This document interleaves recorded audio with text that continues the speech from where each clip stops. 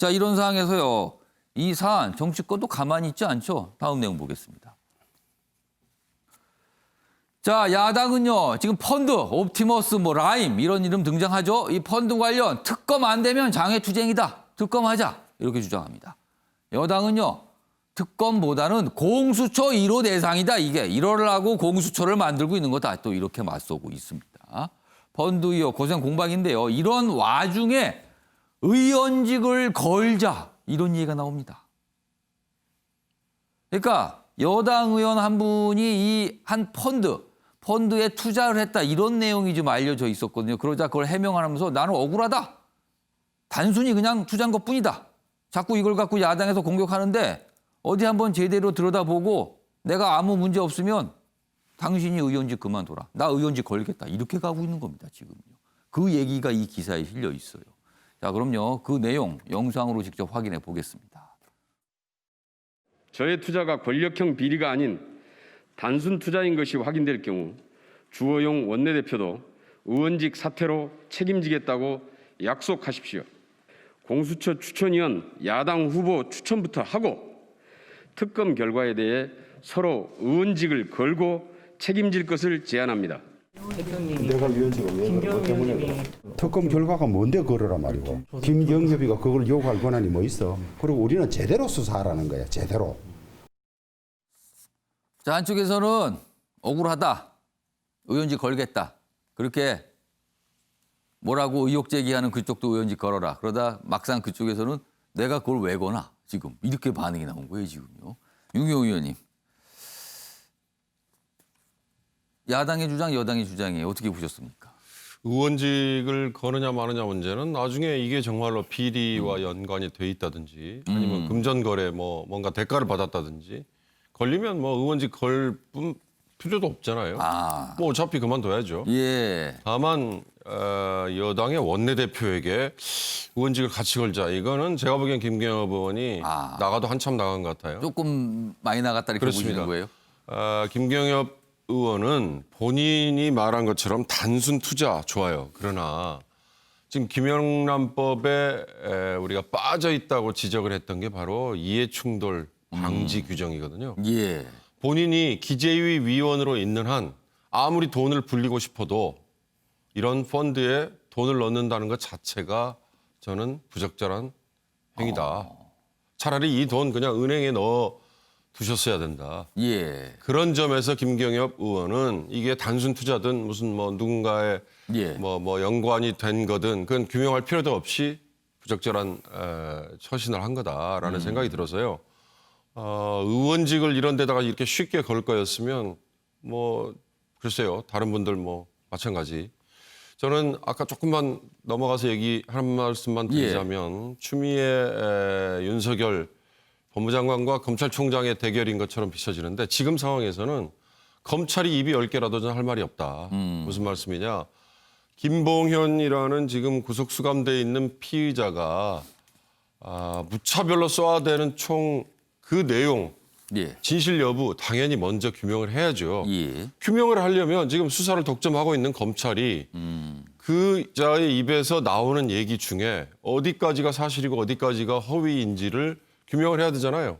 그러나 대표적으로 강기정 정무수석 얘기가 재판에서 나오기 전에 예. 이미 검찰에 얘기를 했죠.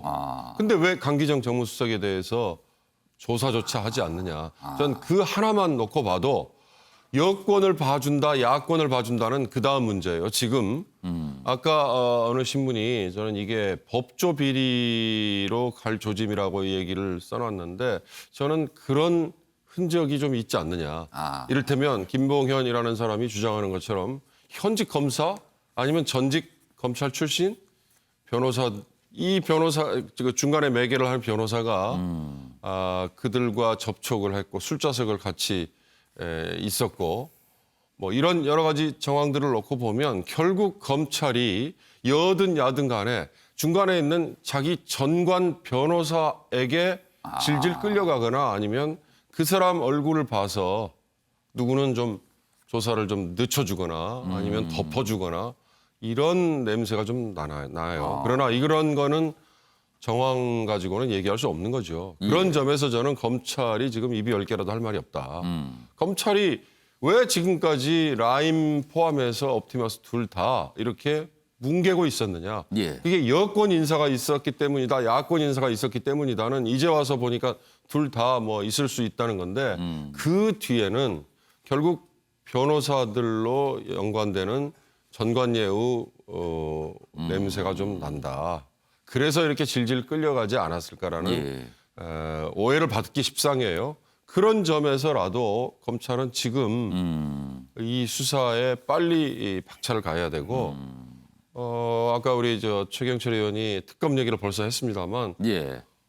만약에 하나라도 덮었던 게 검찰 수사 중간에 나오기만 하면 그냥 수사 중단해야죠. 그리고 특검 가야겠죠. 그리고 특검이 필요할 수도 있다. 예. 상황을 보면. 자, 지금 뭐 이 기사 제목에 이제 특검과 공수처가 맞서고 있어요. 조대진 변호사. 네. 야당은 특검, 여당은 공수처. 그러니까 결과적으로 보면 지금 검찰에서 진행된 수사 좀 문제가 있어 보인다. 그리고 법무부와 갈등 이거 심각하다. 그러니까 다른 방법을 찾자는데 방법은 틀린 거예요. 특검과 공수처입니다. 조대진 변호사는 어떻게 판단하세요? 저는 뭐 공수처가 이미 논의되고 있기 때문에 공수처로 해결하면 된다라고 생각을 들고요. 그리고 아까 그 의원직 거는 것 부분에 대해서 주호영 대표가 저렇게 발끈할 것은 아니라고 보여지는데요. 왜냐하면 사실상 이거는 뭐 여권이 연관된 권력형 비리의 문제가 아니라 검사들의 비위에 관련된 문제라고 보는 것이 더 타당하다고 보여지거든요. 예. 아까도 말씀드렸지만 추미애 장관하고 지금 윤석열 검찰총장이 부딪히는 모습을 보이고 있지 않습니까? 그러니까 이 부분에 있어서 일부는 양쪽이 다 잘못했으니까 뭐 그런 논의가 있지 않겠느냐 뭐 이런 얘기도 있기는 한데 예. 솔직히 검찰의 이런 법무부의 감찰에 대해서 국민들은 좀 속 시원해하는 그런 면들이 좀 많이 있거든요. 왜냐하면 그동안 검찰이 좀 잘못해온 면들이 많았었기 때문에 그러니까 뭐 검찰이 지금 마치 희생양인 것처럼 뭐 예. 코스프레를 좀 하고 있는데 그런 부분이 아니라 뭐 같이 잘못해서 한 그런 부분이 아니기 때문에 공수처를 통해서 검찰의 이런 신뢰들을 회복하기 위해서라도 공수처에 관련된 수사가 필요하다고 보여집니다. 네. 그러니까 지금 이 얘기 아마 오늘도 또 정치권도 대립할 거예요. 특검 얘기, 공수처 얘기. 근데 사실 이걸 바라보는 검찰은 빠져 있거든요. 지금 여기서. 그러니까 이게 또 복잡하게 지금 갈 겁니다. 지금 국정감사는 계속 진행되는 상황에서 이런 상황이 또 불거졌습니다. 자, 이와 관련된 얘기 좀 더 이어가 보도록 하겠습니다. 지금 사실 펀드가 문제가 된 거거든요. 다음 보겠습니다. 여기 보시면 지금 라임 펀드가 하나가 있고요. 옵티머스 펀드가 하나 있습니다. 라임이 먼저 좀 불거졌고 그 뒤에 옵티머스가 나왔는데 이 옵티머스 얘기입니다. 여기 보면 기업들 이름이 막 등장을 합니다. 이 기업들이 거액을 이 펀드에 투자했다는 거죠. 여기 보시면 뭐 500억도 있고요. 30억도 있고요. 여기 보시면 상장사 60곳 대기업이 많이 포함됐다는 겁니다. 이 펀드가 뭐길래 이렇게 기업들이 이름만 딱 나오면 아는 기업들이 여기에 거액을 투자했다는 겁니다. 그리고 대학도 투자를 했어요. 여기 펀드에. 근데 이 펀드 결국 지금 사기로 가는 거 아닙니까? 그렇게 판정이 나오고 있는 상황인데 왜 그랬다는 거죠? 왜? 도대체. 이 펀드에 왜 이렇게 많은 기업들 그리고 어떤 단체들이 투자를 했냐는 거죠. 다음 내용 보겠습니다. 기업 이름 또 나오죠? 이렇습니다. 거의 이제 60개 기업이 옵티머스 펀드에 가입을 했다. 여기 보면 대학도 나와요. 그리고 공공기관까지 등장합니다. 여기에. 상당수는 황매 중단 뒤에 투자금을 잃은 듯하다. 그러니까 손해를 봤을 수 있다는 거죠. 업계에서는요. 영향력 있는 인사의 도움 없이 이런 유력 기업과 단체들이 대거 투자하기는 쉽지 않았을 것이다. 이거 뭔가 있다. 이렇게 지금 업계에서는 분석을 하고 있는 겁니다. 뭔가가 있다. 지금 여기에. 이게 단순한 펀드 가지고는 이렇게 투자 유치하기 어렵다. 이런 겁니다. 지금. 김종욱 교수님 어떻게 보세요? 뭐 일단 말씀하신 것처럼 지금 규모를 보면 라임 같은 경우도 1조 6천억 원에다가 4천여 명 정도의 피해. 근데 옵티머스도 보니까 지금 뭐 맨 처음에 5천억 나오다가 지금 1조 5천억에다가 환매가 이제 처음에 예. 판매가 어려워졌던 게 한 5천억 정도 규모가 됐다고 나왔죠. 그렇게 확장되고 있는 상황이기 때문에 예. 이제 말씀하신 것처럼 기사에 의하면은 이런 정도의 어떤 대형 기업들이 투자를 하려면은 이런 정보들을 알 수 있는 어떤 유인이 있었지 않겠느냐라고 얘기하고 있는데 또 반대측에서 무슨 얘기도 하냐면은 지금같이 이렇게 좀 돈은 있는데 투자할 곳이 없는 상황, 그러니까 유동성이 넘치는데 투자할 수 없는 상황에서 사기하기 상당히 좋은 조건인 거죠. 그러니까 예. 이 예금 이자보다 훨씬 높은 안정적인 것들을 만들어 줄게라고 하는 얘기들이 흐르게 되면 그 유동성 자금들을 그쪽으로 옮기려고 하는 것들이 많다. 왜냐하면 이렇게 많은 사람이 투자하는 상황이 벌어졌다라고 얘기한다면 특정한 영역의 사기로는 되지 않을 거라는 얘기들이 많기 때문에 예. 이 두 가지 뭐 어떤 분석이 있는 것 같습니다. 하지만 결론은 뭐 지금 검찰에서 수사를 해서 확인을 해봐야 될 거라는 생각이 분명히 드는 거고요. 그래서 이제 저는 문제는 뭐냐면 이 문제가 계속 오랫동안 불거진 문제임에도 불구하고 아무런 결론이 지금 안 나는 상황 아니겠습니까? 예. 전 그래서 검찰도 마찬가지지만 좀 법무부에서 뭐 조치를 취하긴 했었습니다만 적어도 좀 그 금융범죄에 대한 특단의 수사 전담 기구가 필요하다. 이제 없어졌지 않습니까? 그 전에 이번에요. 그게 사실 저 검찰 개혁 뭐 이런 과정을 거치면서 네네. 그게 없어졌어요. 그 수사팀이. 예, 앞으로 저는 계속 가면 예. 갈수록 이런 범죄 사기들을 하려고 하는 것들이 되게 많을 거라는 생각이 들기 때문에 이런 것들과 관련된 대책들이 분명히 필요했었는데 이런 부분에 대한 대응이 없었고 또 사건이 발생했음에도 불구하고 이것을 빠르게 수사하지 못했던 측면에선 예. 사실 검찰이 이 문제에 대해서 수수방관한 측면이 분명히 있는 것 같다라는 예. 생각이 들고요. 또 하나는 국회도 마찬가지예요. 맨날 그 검찰에 대해서 뭐 문제 제기만 하지만 아니 그 사모펀드 문제가 계속 발생했던 거 아닙니까? 국회는 여기에 대한 제도적 방안들을 만들지 못하는 거죠. 그러니까 지금 와서는 뭐 정부가 무슨 얘기하냐면 이런 피해를 구제해야 된다는 또 얘기를 또 하고 있어요. 그러니까 이중 삼중의 문제가 계속 발생하는 거죠. 전 그런 측면에서 이번만큼은 명료하게 왜 이렇게 많은 투자자들이 투자했는지 그리고 그런 사기들이 발생한 요인이 무엇인지에 대해서 밝혀내고 엄벌할 필요가 있다는 생각이 들고요. 예. 실제 엄벌만으로 되는 게 아니라 근본적으로 사모펀드의 문제들을 재발을 방지하기 위한 국회 차원의 특단의 대책이 필요하다. 근데 제가 볼 때 이게 안 나올 것 같아요. 왜냐하면 여야가 지금 특검 가지고 예. 싸움만 하고 있잖아요. 예. 그러니까 제가 볼 때 지금은 그냥 모든 것이 다 정쟁의 수단인 거예요. 문제의 본질을 풀어줘야 피해자, 앞으로 예상되는 피해자를 막을 수 있는데 제가 볼 때 피해자에 대한 구제책보다는 어떻게 하면 이 사건을 자기 정당에게 유리한 방식으로 갖고 갈 것인가에 더 제가 볼 때는 혈안이 된다는 생각이 많이 들기 때문에 저는 이제 좀 스스로가 좀 지금 침잠해서 지금 상황에 대한 예. 대책들을 얘기해야 되지 않을까? 근데 문제는 그런 얘기를 안 하실 것 같다. 이런 생각이 지금 여기 보시면 이렇게 많은 기업들 이름만 이렇게 거론해도 다 아는 많은 기업들이 이 펀드에 투자를 했고요. 공공기관 그리고 대학도 등장을 합니다. 투자 주체로서. 자, 이 상황 윤경우 의원님 뭐 그럴 수 있다고 보십니까? 아니면 좀 뭔가 좀 이상하게 보이십니까? 자, 제가 아는 범위에서는요. 자산운용사, 그러니까 지금 옵티머스 자산운용이잖아요. 예. 이 자산운용사가 펀드를 개설을 하면 이걸 직접 판매하지 않아요. 그렇죠. 증권회사나 심지어 은행, 예. 뭐 종합금융회사, 지금은 뭐 이제 사라졌습니다만 이런 데들이 그러니까 판매 권한을 가진 소비자들과 직접 접할 수 있는 이런 데들이 일선에서 판단 말이죠. 예. 그러니까 결국 이들이 사기성 여부가 있는지 사기성 있는지를 판정하는 거는 이 판매 회사들의 책임이 저는 일단 크다.